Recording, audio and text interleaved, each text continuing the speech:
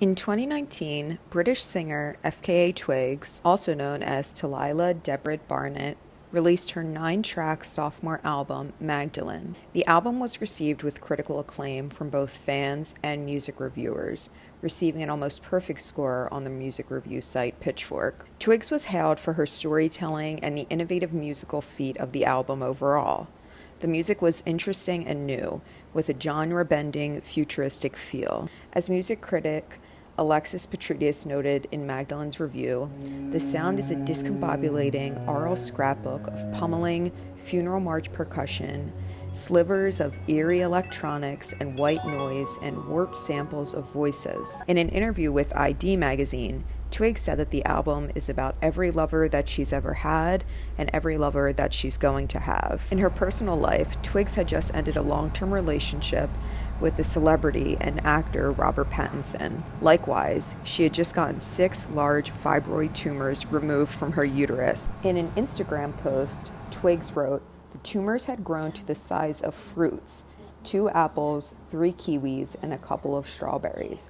A fruit bowl of pain every day." However, while about every lover she's ever had and is going to have, Magdalene is no simple breakup album. Instead, the record is a spiritual journey of detachment, repossession, and reconstruction of the self, which engages the erotic, the divine, and the theological.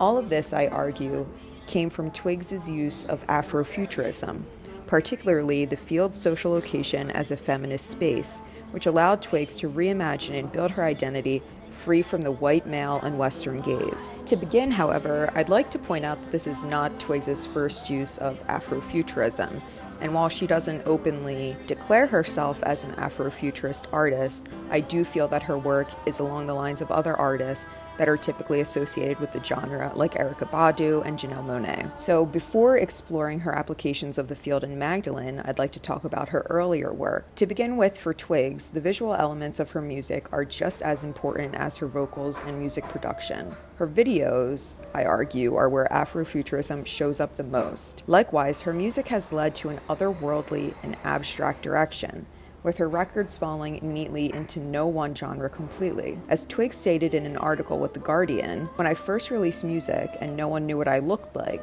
I would read comments like, 'I've never heard anything like this before. It's not in a genre.' And then, when my picture came out 6 months later, now she's an R&B singer." Twigs' 2014 album, LP1, combined pop and atmospheric arrangements with an equally surrealist album art, featuring an anime-style rendering of Twigs with cartoon doe eyes and a wash of blue and red across her cheeks. Always on the journey between the real and unreal, Twigs' 2013 album art, EP2, featured the artist with a hyper-elongated neck. Twigs' utilization of Afrofuturism in the music videos for LP1 was enacted through the alteration of her own image. In the video Pendulum, Twigs is bound by her own braids from the top of the ceiling atop a pool of metallic water. The pool engulfs Twigs' body before a double of her face appears from the water and begins to sing to her. The video and the imagery of bondage and netting are symbols of Twigs' liberation from a relationship in a literal breaking of the chains. In the video 2 Weeks, Twigs plays the role of an Egyptian goddess. Such representations engage the Afrofuturist metaphor of the divine feminine, as described by Tasha Womack in her book Afrofuturism, The World of Black Sci-Fi and Fantasy Culture, as a home for the divine feminine principle, a Mother Earth ideal that values nature, creativity, receptivity, mysticism, intuition, and healing as partners to technology, science, and achievement.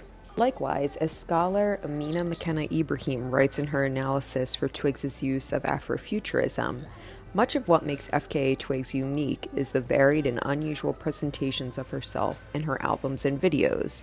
Ibrahim continues by noting that Twigs' commitment to exploring how technology can be manipulated and used to manipulate her own image, she continues, pair with divine feminine sensibilities to craft an artistic vision that presents both deep contradictions and universal truths. And while Magdalene is not Twigs' first foray into Afrofuturism, I do find it to be her strongest. Particularly, I find Twigs' use of biblical imagery to explore both the technological and spiritual aspects of the field as a great representation of Afrofuturism. However, if we're talking about Magdalene, I find that Twigs' best application of Afrofuturism appears in Magdalene, specifically the music video for the album's single, Cellophane, but more on that later. To give an overview for the album, Twigs was deeply inspired by the story of Mary Magdalene in writing her album. In an ID magazine interview, she stated, "I used to laugh to myself about how, as a woman, your story is often attached to the narrative of a man.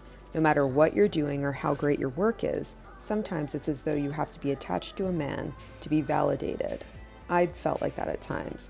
And then I started to read about Mary Magdalene and how amazing she was, how she was likely to have been Jesus' best friend, his confidant. She was an herbalist and a healer, but, her story is written out of the Bible, and she was a prostitute.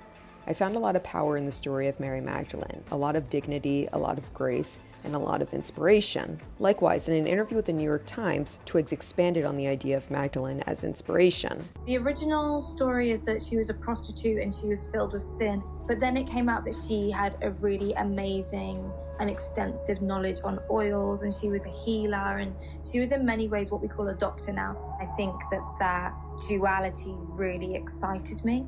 That is my archetype. She was talking about using the story about Mary Magdalene for her music. She was very determined to go down this path. I just had some surgery. I had fibroids in my uterus. I was in a period of deep healing and rediscovering my sexuality.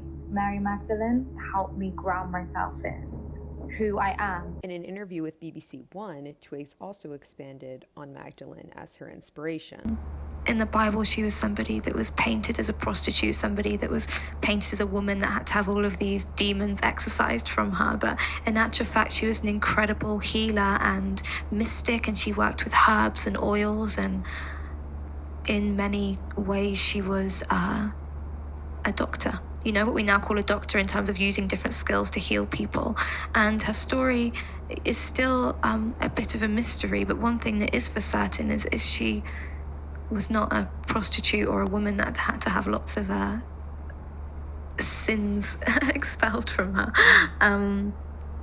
So I think just the idea of being able to, getting in contact with her and explore the two sides of what it is to be a woman. I've spoken about this, but the virgin and the whore, and how Magdalene to me represents both of those things as an archetype. And as a woman, I believe that I can be innocent and pure and fresh, and I can also be dangerous and all-knowing and seductive and powerful, and these things can happen at the same time.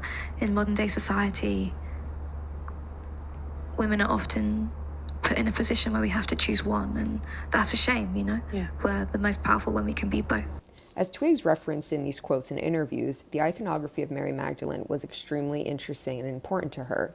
Particularly, she was interested with the confusion of Mary Magdalene with an unnamed woman of Luke 7:36 through 50, who was often portrayed as a sinner and a prostitute, and how that identity was then pushed onto Magdalene. In Lucy Bolton's article, Beautiful Penitent Whore, the Desecrated Celebrity of Mary Magdalene, she examines Mary Magdalene as a celebrity in order to understand the cultural impact of her fame and position in religion and biblical studies and understanding. Likewise, she analyzes the contradictory elements of Magdalene's history in the New Testament and her changing story throughout the years. Bolton notes how feminist scholarship on Magdalene has not yet trickled down to the most mainstream memorializations of Magdalene. She describes the history of Magdalene's biblical understanding with formative texts of church fathers being unsure of what to do with Magdalene, and Pope Gregory the Great's conclusion of Magdalene as a multiform, penitent, and sinful prostitute.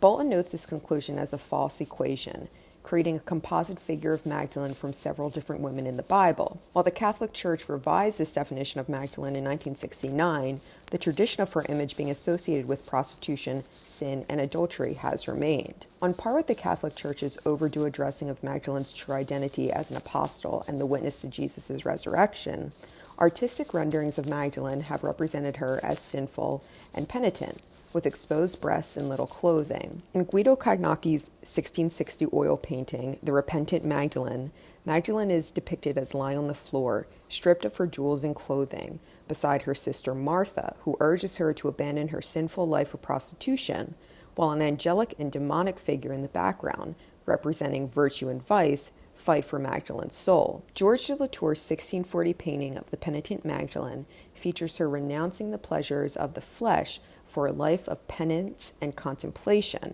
posing in front of a mirror symbolizing vanity and lustrous sin. While many of the depictions of Magdalene feature her engaging in the erotic, with focus on the sinful nature of her sexuality and sensuality, a lot of Magdalene's relationships too, particularly her close one with Jesus Christ, have been subjected to questioning regarding Magdalene's intentions and her power and friendship with Jesus.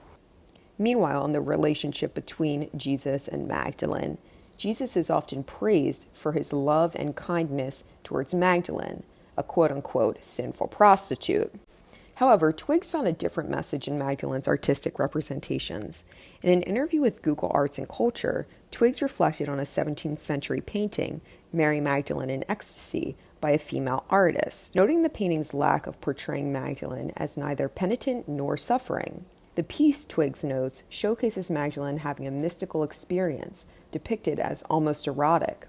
The eroticism, she continues, causes Magdalene to look more ecstatic than repentant. Making my own album entitled Magdalene, it was a time of great healing for me.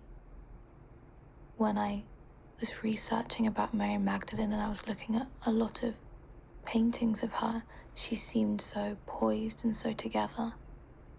But the irony is, in finishing my music, I found a deep wildness, a looseness, a acceptance, a release. And that's exactly what I'm experiencing in this painting. For Twigs, Magdalene's eroticism is her power. As she later states in the interview, much like Caravaggio, Artemisia's saint is not shown penitent nor suffering. Her mystical experiences are depicted as almost erotic. With her eyes closed, head thrown back and her hands clasped around her knees, she looks more ecstatic than repentant, oblivious to our presence, in a very suggestive and sensual pose. Twigs's analysis of Magdalene's eroticism and ecstasy can also be applied to her own work. By depicting herself in an almost hypersexualized manner in some of the Magdalene music videos, I feel that Twigs utilizes the feminist space of Afrofuturism to develop her art unconfined from racial or sexist confines. And as the art piece Mary Magdalene in Ecstasy gave some power back to her through the celebratory nature of the piece, I posit that Twigs regains the power of her sexuality and femininity through the eroticizing of her own body. However, I'm not talking here of what one might casually think of as erotic.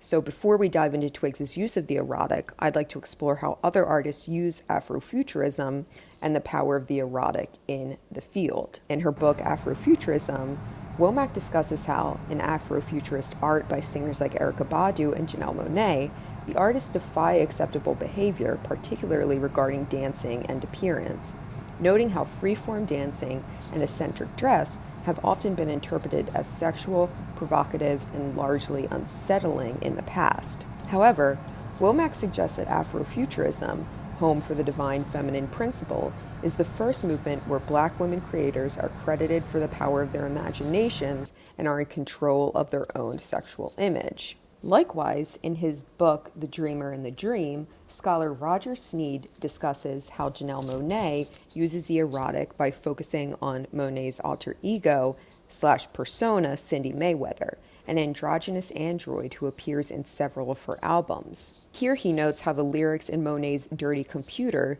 center the joy that sexual liberation brings. As he notes further, to femme the future is to center the erotic in Black women's lives instead of marginalizing it. Furthermore, as Rachel Murdoch notes in her essay, Afrofuturist Women, an examination of Afrofuturist philosophy of religion and music, in the book Toward Afro-Diasporic and Afrofuturist Philosophies of Religion, edited by John Ivan Gill, she notes that women, in an Afrofuturist sense, have elevated status directly contrasting with the more negative associations with Black womanhood. And further, according to Womack, This valuation of the divine feminine is one way that Afrofuturism and sci-fi are different. A recurring theme in all of these essays that the scholars noted was the feminist writer Audre Lorde's essay Uses of the Erotic, which they used to ground their arguments. And I find that Lorde's analysis is imperative here as well in analyzing Twigs's work, and perhaps her best use of the erotic in the music video for Cellophane. As Lorde writes on the power of the erotic is a resource within each one of us that lies in a very deeply female and spiritual plane. It is firmly rooted in the power of all our unexpressed and unrecognized feelings. She later states how women have been caused to distrust the power of the erotic.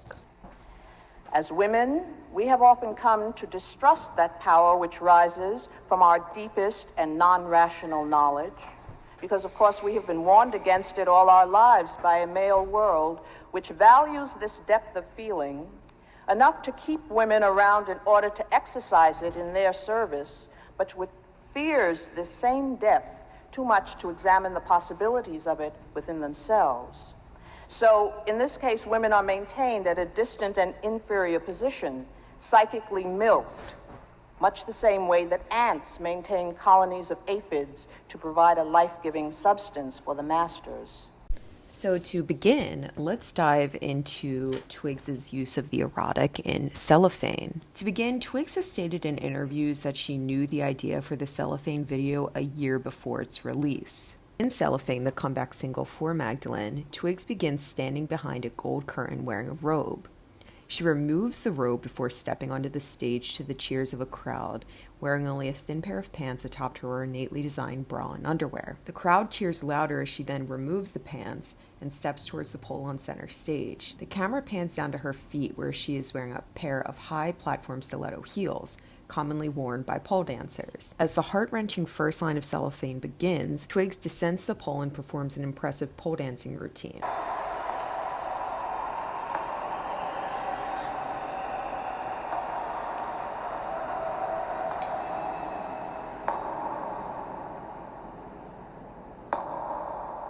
Didn't I do it for you?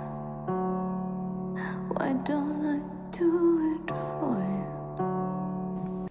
As pole dancing is often connotated with promiscuity and male pleasure, Twigs's use of the art form alongside her intensely intimate lyrics is dichromatic. While she is performing in front of the crowd in the video, however, the cheers begin to subside, and their performance becomes Twigs and hers only. Her movements are hypnotizing, a spiritual art form, and as Twigs had stated in an interview with Vogue, pole dancing made her really connect to her femininity in a new way. She stated, "I have given a lot of my power and femininity away to men, and through pole dancing, I reclaimed it." In Afrofuturism, Womack recounts a story of watching a dance performance of a black Afrofuturistic artist whose performance highlighted hip rotations akin to belly dancing and fluid arm movements. She writes, "Let me note that the performance was not designed to tease sexually or stir up any sensuous emotions.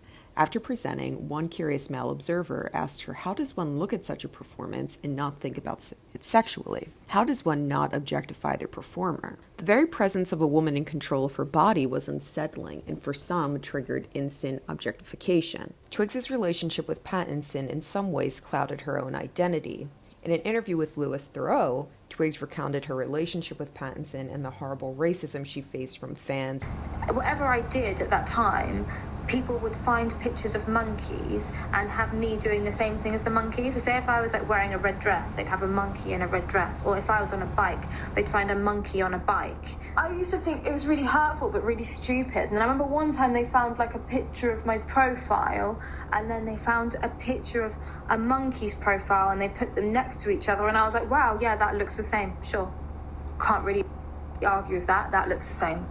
And I just remember it had this massive kind of like dysmorphic effect on me for about 6 months to a year, where every time I saw my pictures in photographs, I would think, gosh, I look like a monkey, and people are going to say I look like a monkey. So I need to really try and hide this monkeyness that I have, because otherwise like people are going to come for me about it. And I remember when I'd like take pictures and stuff, I'd really try to kind of hold myself in a different way so that couldn't happen again.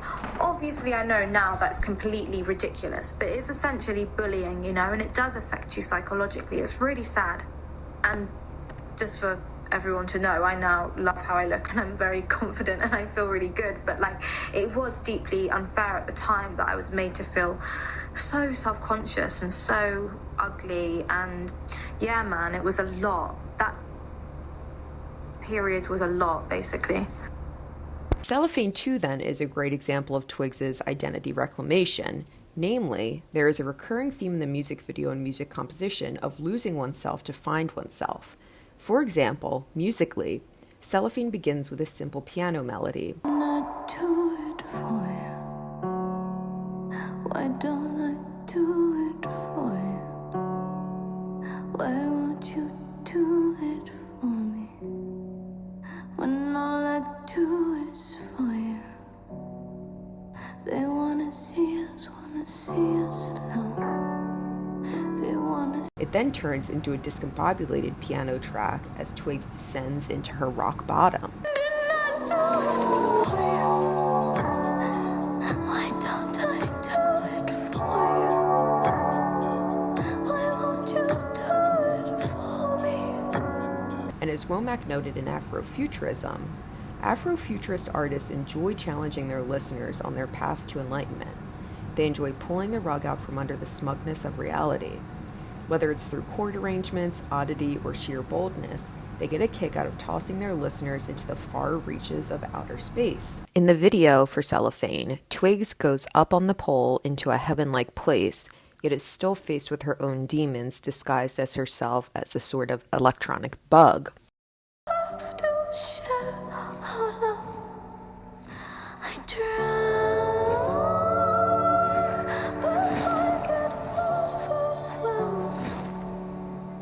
She kicks the bug away, but as she does, she kicks through herself and lands in a rock bottom of red mud. As things fly and fall off around her as she plummets into the mud, Twigs is metaphorically losing the identity or what she thought was her identity in the process. Thus also ties back to a popular symbol associated with Mary Magdalene, which is the stripping of her jewels and pearls. Once Twigs lands into the mud, she is able to receive help from people who approach her, unmasked, revealing their true selves to her. They cover her in the red clay as a sort of ritual, of healing. At the end of the video, Twigs has reached her metaphorical rock bottom. However, she doesn't seem angry or fearful, but at peace. In an interview with the publication Shots, Twigs' director, Andrew Huan, said that he created a 3-act story in which a woman dances to attain perfection, ascends within reach but falls from grace, and then is forced to confront herself and put herself back together.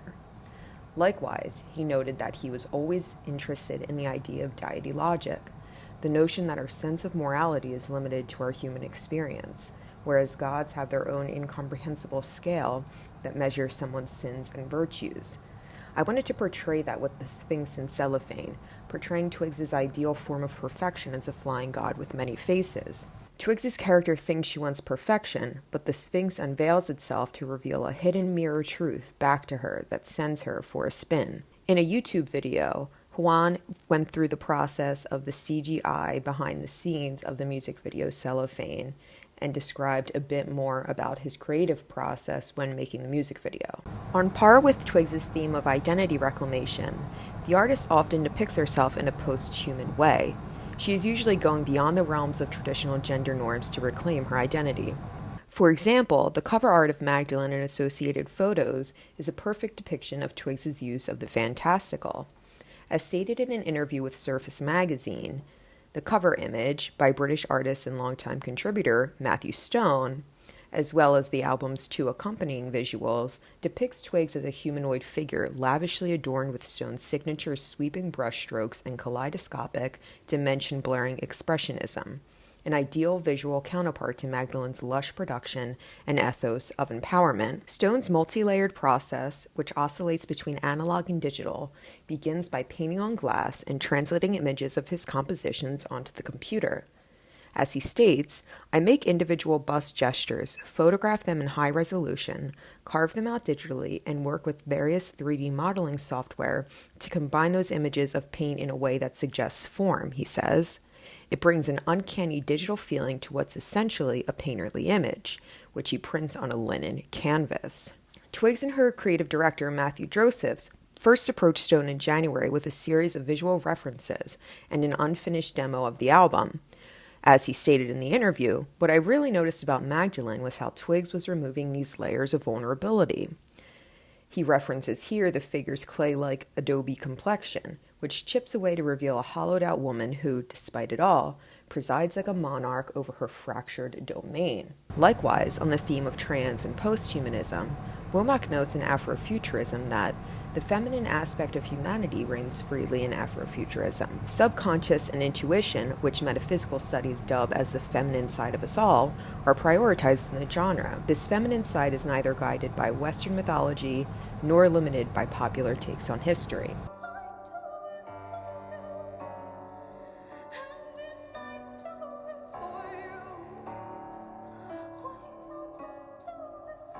In conclusion, what I've done here is posit that FKA Twigs and her 2019 album, Magdalene, seek to transcend the oppressive racial abuse and resulting wounds exacted by the press during her past relationship through the utilization of the story of Mary Magdalene in the New Testament.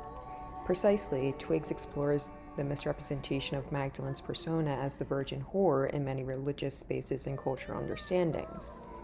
Twigs' themes of divine femininity, alienation, and transcendence during her effort to rewrite and reach self-acceptance after heartbreak in the public eye through Magdalene engage key aspects of Afrofuturism, including the field's presence as a feminine space, allowing for the development of arts and theories unconfined from traditional gender and racial oppressors. In this analysis, I traced Twigs' employment of Mary Magdalene's story through both feminist and religious lenses, using Audre Lorde's essay and positions and uses of the erotic to further connect Twigs' eroticized and sexual renderings of herself in the self-directed Magdalene music video Cellophane and Mary Magdalene's reclaimed story, all of which serve in positioning Magdalene as a journey of self-reclamation and acceptance. Here I also associated Twigs' self-actualization of womanhood through her iconography in the album's visuals and cover art with the Afrofuturistic idea of post- and transhumanism.